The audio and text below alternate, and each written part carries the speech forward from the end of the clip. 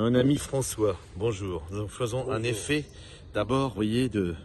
Un contre-plan, c'est ça, oui, bravo. Ah oui, non, c'est formidable, la technologie. Quand on amène le matériel, c'est ça. Alors, le sujet du jour que Oui. nous venons de tester en fait. Parce que, Absolument. alors on est en train de prendre un café comme d'habitude, avec une petite Douceur. douceur. Et il y a un monsieur qui s'est fâché après 20 ans de passage dans ce café parce qu'il était mal servi et que c'est vrai qu'il avait été mal servi. Et donc il s'est fâché à juste titre. Et alors on se disait... Il s'est fâché, il a demandé à être remboursé immédiatement. Immédiatement, oui. Ce qui a Oui. été fait d'ailleurs. Ce qui a été fait. Ça prouve que quelque part, il y a peut-être eu une défaillance. Exact. Oui, puisqu'ils n'ont pas hésité à le rembourser.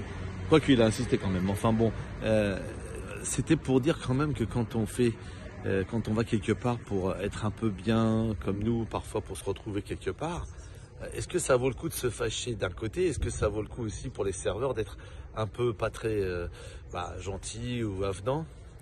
C'est vrai que le tout se tient. Oui, moi je pense qu'il y a quand même quelque chose qui est capital, et surtout pour vous qui nous écoutez, c'est le service, c'est la qualité du service. Il y a une chose qui est à prendre en considération, c'est le client.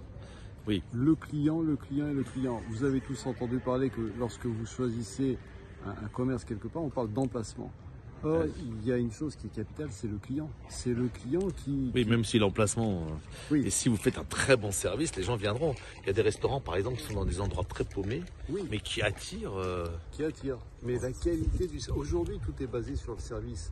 Donc, si on paye, parce que là, c'était plus qu'un bar, c'est un salon de thé, on paye le prix, il est normal d'avoir une qualité de service, d'exécution, même si le produit est bon. Et ça, c'est important. Et oui, on oublie trop tout souvent. à fait. Et moi, j'amènerai aussi un petit peu le sujet sur la gentillesse, toute simple de nouveau. Oui. Bon, écoutez, on vient prendre quelque chose, un café, une douceur, comme dit François.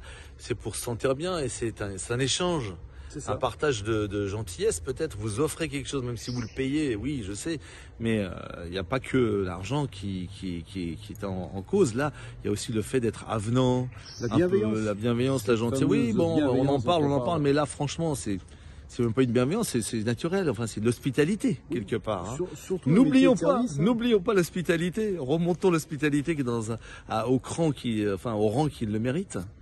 C'est-à-dire vraiment être gentil avec la personne qui vient vous dire un petit coucou. Pour quelqu'un qui travaille aux urgences, je me batte avec lui, franchement. Pas mal. Ouais, c'est mais justement, j'essaye de l'être.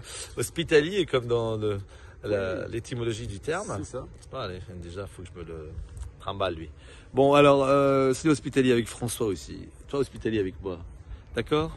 Donc, soyez soyez un tout petit peu souriant, bienveillant, souriant, dans le service.